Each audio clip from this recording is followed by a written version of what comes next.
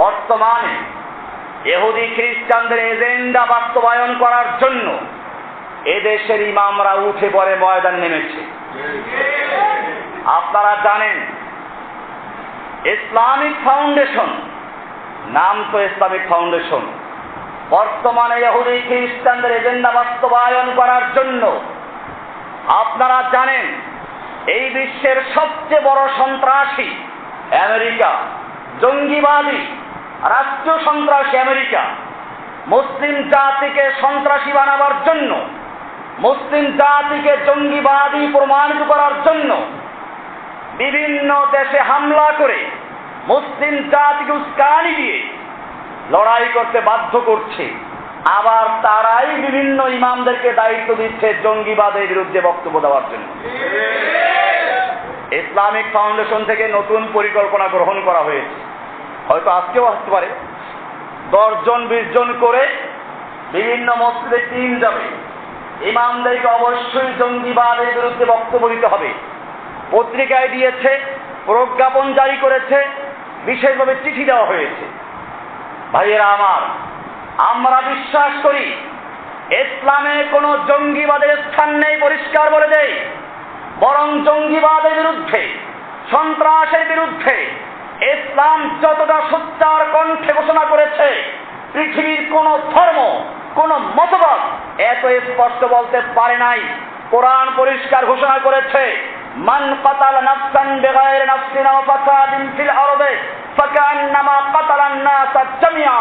যে ব্যক্তি অথবা যে গোষ্ঠী, মান ব্যক্তি হতে পারে, গোষ্ঠী হতে পারে, যে দল হতে পারে, যে রাষ্ট্র হতে পারে, যে ব্যক্তি কোনো একটা লোককে, পৃথিবীর কোনো একটা প্রাণীকে অন্যায়ভাবে খুন করলো, অথচ সে কাউকে খুন করে নাই, অথচ সে কাউকে ফিতনা ফাসাদ করে নাই, এরকম নিরপরাধ ভাবে যদি কোনো একটা মানুষকে কেউ খুন করে, আল্লাহ সুবহানাহু ওয়া তাআলা বলছেন ফাকান্নামা কাতালান নাসা জামিআ, সেজন্য গোটা বিশ্বের সমস্ত মানব জাতিকে হত্যা করলো।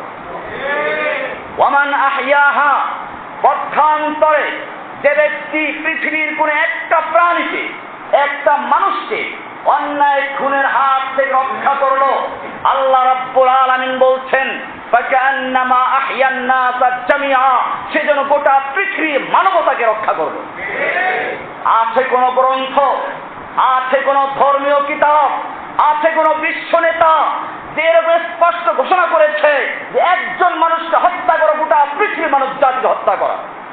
কোরআন বলেছে, মুসলিম জাতির প্রাণপ্রিয় কিতাবে রয়েছে, এই মুসলিম জাতিকে জঙ্গিবাদের বিরুদ্ধে বক্তব্য দেওয়া শেখানোর প্রয়োজন নেই। জঙ্গিবাদের বিরুদ্ধে বক্তব্য দেওয়ার দরকার তোদের, যারা মুসলিম জাতিকে তামা করে দিচ্ছে, সামান্য তেলের জন্য, নেতৃত্বের জন্য ইরাককে ধ্বংস করেছে, আফগানিস্তানকে ধ্বংস করেছে, কাশ্মীরে পাখির মতো গুলি করে হত্যা করছে, এমনকি আরাকানের মুসলমানদের রাখাইন প্রদেশের এলাকার একটা পুরা 10,000 লোকের বস্তিকে সম্পূর্ণ ধ্বংস করে দিয়েছে। আপনারা গতকালের প্রথম আলো পত্রিকা দেখেন, পরিষ্কার আমেরিকা থেকে রিপোর্ট দিয়েছে, এতদিন পর্যন্ত সেখানে সাংবাদিক যেতে দেওয়া হয় নাই। এরপরে গত কয়েকদিন আগে সাংবাদিক গেল, গিয়ে দেখলো 10,000 লোকের সেই বস্তি, 10,000 লোকের সেই বিশাল এলাকা, একটা ঘর বাড়ি পর্যন্ত চিহ্নায় সমস্ত মুসলিম হত্যা করা হয়েছে। আর এদের পক্ষে কথা বললে তার নাম হয় জঙ্গিবাদী। আমাদেরকে মনে রাখতে হবে, আমি মুসলিম শাসকদেরকে জানিয়ে দেই, যদি সত্যিকারে মুসলিম হয়ে থাকো, আল্লাহর গোলাম হয়ে থাকো, যদি সত্যিকার অর্থে জঙ্গিবাদের বিরুদ্ধে কথা বলতে হয়, তোমাদেরকে অনুরোধ করি, তোমাদেরকে বলি, আমেরিকা, ইহুদি, খ্রিস্টান, হিন্দু, বৌদ্ধ যারা মুসলিম জাতিকে ভারতে হত্যা করছে, কাশ্মীরে হত্যা করছে, আফগানিস্তানে হত্যা করছে, ইরাকে হত্যা করছে, চেচনিয়া, বসনিয়া, এরকম আরাকানে হত্যা করছে, এই সমস্ত জঙ্গিবাদী সন্ত্রাসী বিরুদ্ধে বক্তব্য দাও, ওদের বিরুদ্ধে দাঁড়াও, নতুবা কিয়ামতের মাঠে আল্লাহর দরবারে তোমাদেরকে হাজির হতে হবে।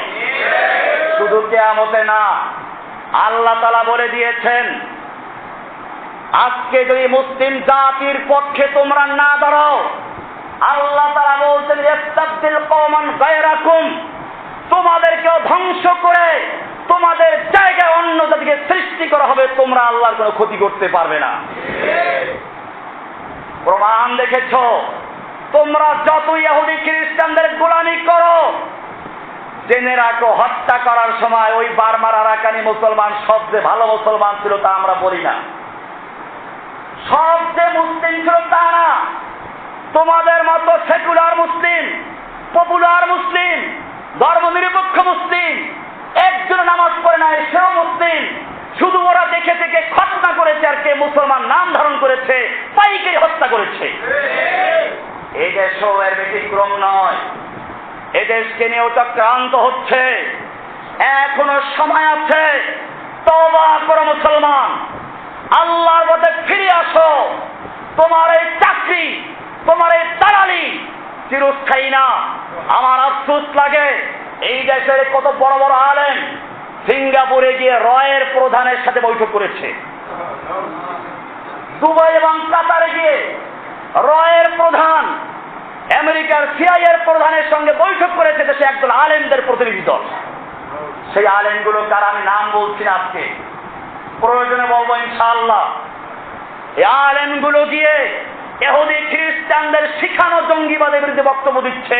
ওদের মুখে আরাকানি মুসলমানদের পক্ষে কথা উঠে না, ওদের পক্ষে কাশ্মীরি মুসলিমদের পক্ষে কথা উঠে না, ওদের পক্ষে আফগানিস্তানের মুসলিমদের পক্ষে কথা উঠে না, ইরাকের মুসলিমদের পক্ষে কথা উঠে না।